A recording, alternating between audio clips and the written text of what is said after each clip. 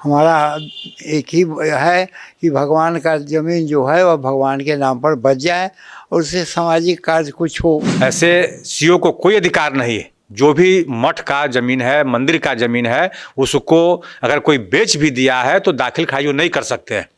यह supreme court का भी इस पर वर्डिक्ट है, हाई कोर्ट का भी इस पर आदेश है और कई कानून इस पर है। जिन लोगों ने ज़मीन खरीदा है उस पर मकान भी बन रहे हैं, 5-6 एकड़ में मकान भी जैसा कि बताया जा रहा है कि बन चुका है। तो निश्चित रूप से अब प्रक्रिया धीरे धीरे और जटिल होती जा रही है। जो ज़मीन चाहेगा, किसी भी ज़मीन को सरकारी आय के चलते लिख दे, किसी की एयरपोर्ट का ज़मीन है उसको लिख दे कि सरकारी ज़मीन कहीं पड़ा हुआ है उसको लिख दे, किसी का ज़मीन का किसी कोई खड़ा होता है उसको केवला कर दे।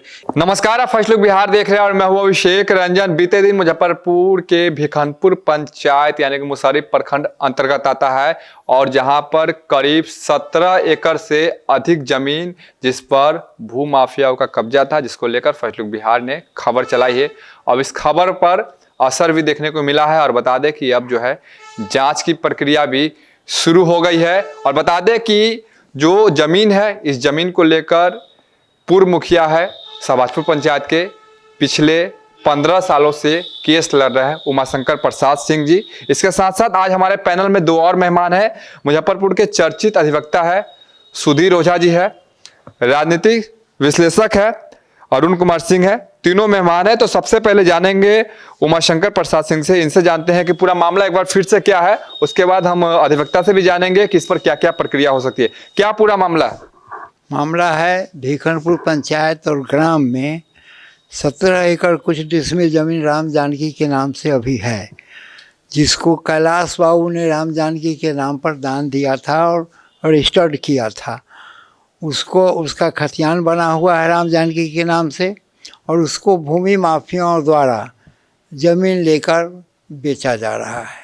हमारा एक ही है कि भगवान का ज़मीन जो है वह भगवान के नाम पर बच जाए और उससे सामाजिक कार्य कुछ हो। कहाँ तक गए आप, मतलब आवेदन ले लेकर इसको? आवेदन प्रदेश स्तर मुख्यमंत्री, मुख्य सचिव से लेकर और थाना अध्यक्ष तक मैंने दिया। जवाब सबका आया, कार्यवाही कुछ नहीं हुआ।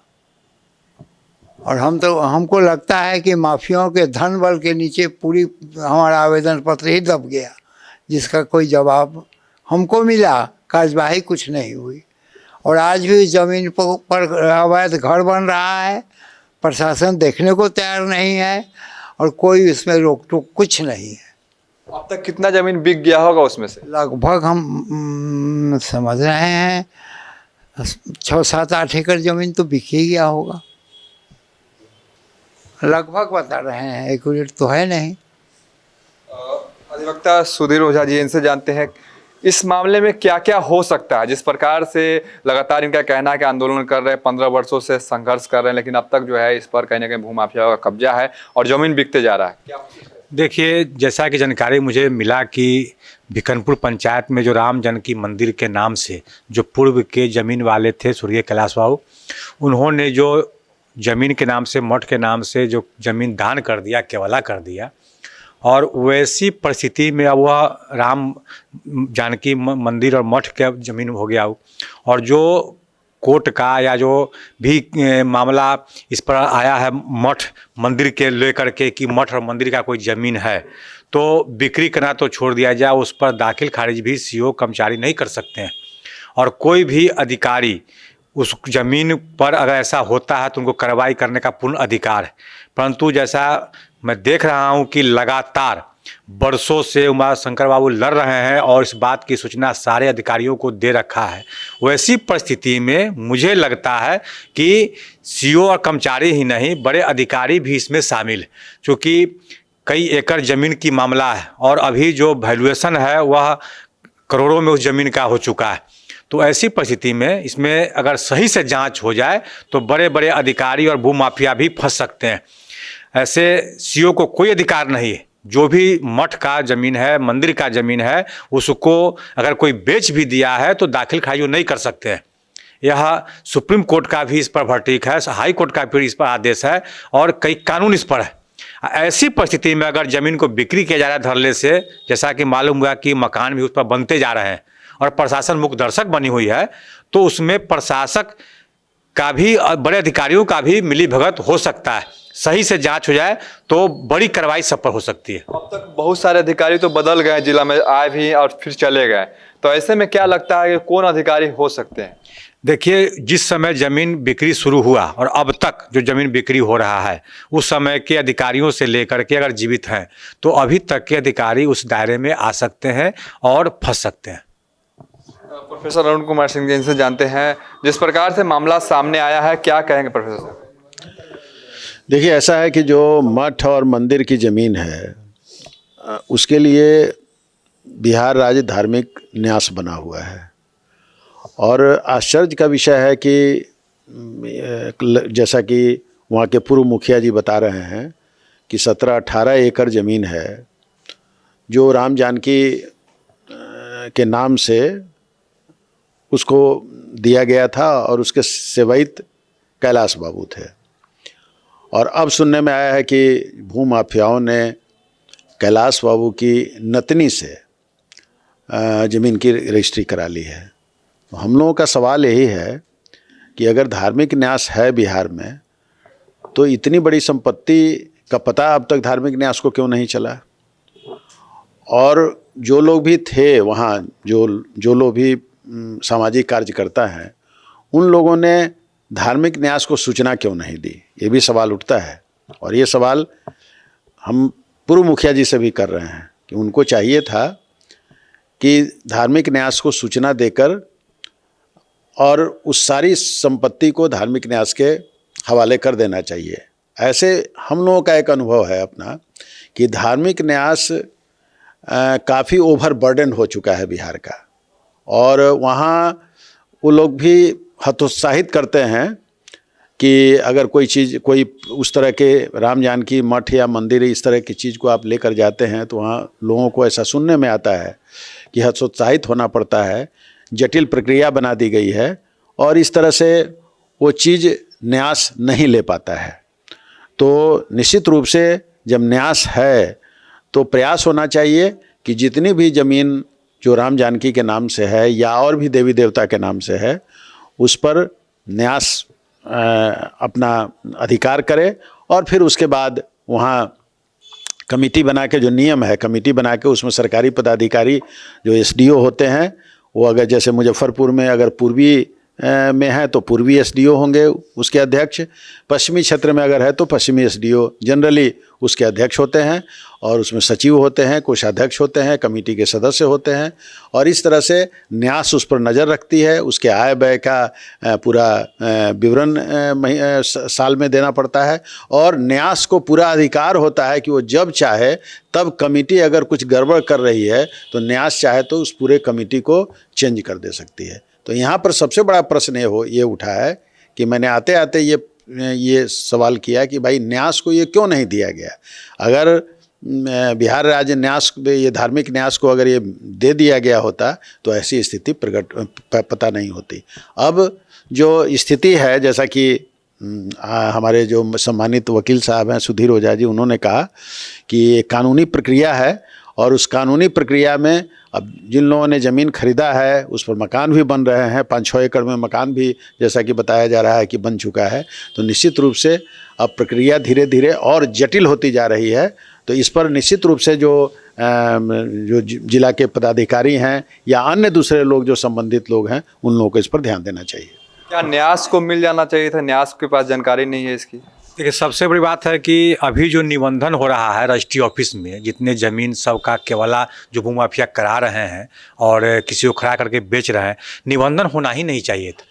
निबंधन कार्यालय में जब राम जानकी मठ और मंदिर का ज़मीन जब उसके नाम से हो चुका है तो उनको किसी कीमत में यह जो केवाला, जो परदर केवाला जो होते जा रहा है, इसके लिए निबंधन कार्यालय और उसके अधिकारी भी दायरे में। आप कोई केवाला कराने जाते हैं तो बहुत सारे कागजात का आप खोजबीन निबंधन कार्यालय करती है और इसको निबंधन कैसे कर रही है? धरातल लगातार निबंधन करते जा रही है, केवाला जो ला रहे हैं उसको करते जा रही है। तो इसमें सबसे बड़ा रोल निबंधन कार्यालय का भी आता है और इस भ्रष्टाचार में उनकी भी संलिप्तता उतना ही है जो सीओ कर्मचारी दाखिल खारिज कर रहे हैं, उससे अधिक उनकी संलिप्तता है और उनको निबंधन नहीं करना चाहिए। उमाशंकर प्रसाद जी, आप अब तक क्या धार्मिक न्यास को इसकी जानकारी दिए थे कि नहीं दिए थे? जी, हम जवाब दे रहे हैं।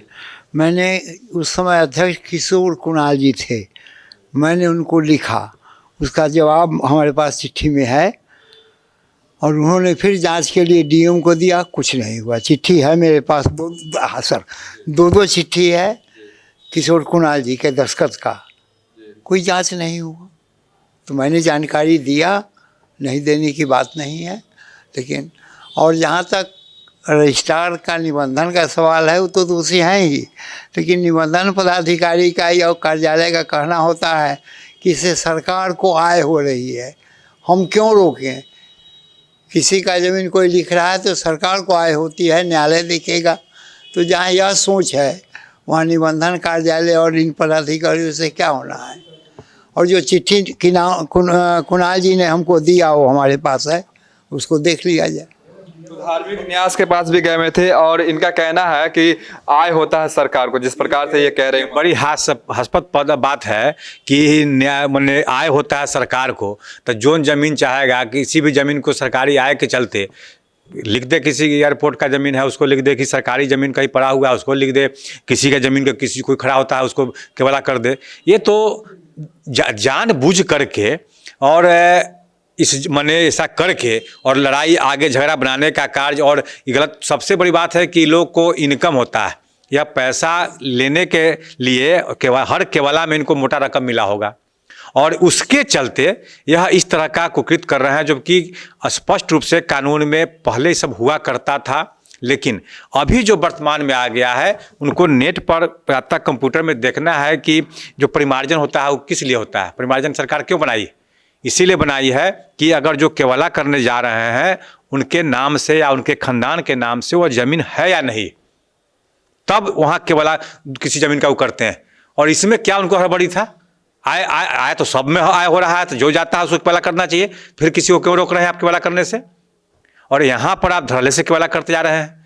तो ये तर्क उनका बहुत ही निराधार है, और इस सब में वो संलिप्त हैं। जो सीआईडी की जांच की जानकारी मुझे मिली है वह कम है, इसको सीआईडी की जांच से नहीं होगा, इसको सीबीआई और बड़े अधिकारियों से सरकार को या रिटायर जज के माध्यम से इसकी जांच करानी चाहिए, ताकि सारी बात सामने आवे। ऐसा नहीं होता है तो मैं भी अपने तरीके से सब कागजात लेकर के, कानून का सहारा लेकर के आज सभी के खिलाफ कार्रवाई करने का प्रयास करूंगा। बिल्कुल। तो देखिए कि न्यास, धार्मिक न्यास के पास गए हुए थे, इनका कहना है कि चिट्ठी हमने दिया है, लेकिन उसके बाद भी कुछ आगे कार्रवाई नहीं हो पाई।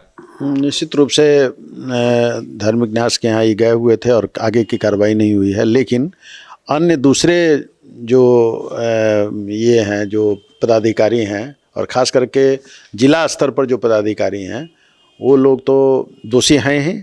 और निश्चित रूप से आगे आने वाले दिनों में जब ये पूर्व मुखिया जी ने इस सवाल को खड़ा किया है, और ये जो वकील साहब हैं उनका भी कहना है कि अगर बात को हम लोग आगे बढ़ाएंगे इसको, तो बिहार सरकार को भी मुख्यमंत्री से वो मिल चुके हैं, और मुख्यमंत्री के यहाँ से भी आदेश आया हुआ है कि इसकी जांच की जाए।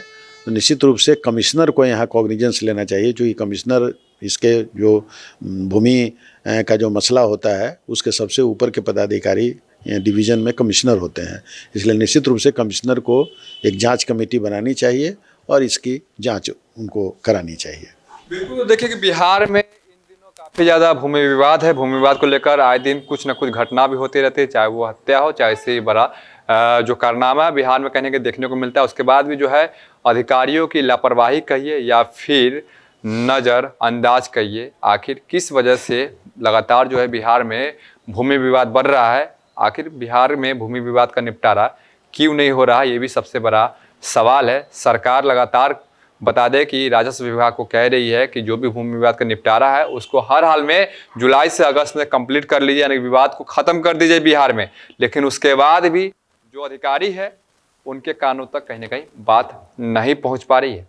देखना होगा क्या होता है इस पूरे मामले पर, और क्या कुछ कार्रवाई कर पाती है प्रशासन, और कौन कौन लोग इसमें दोषी है, कौन कौन लोग इसमें शामिल है, और किस किस पर कार्रवाई होगी। बने रहिए फर्स्ट लुक बिहार के साथ आगे भी खबरों के लिए। तब तक के लिए नमस्कार।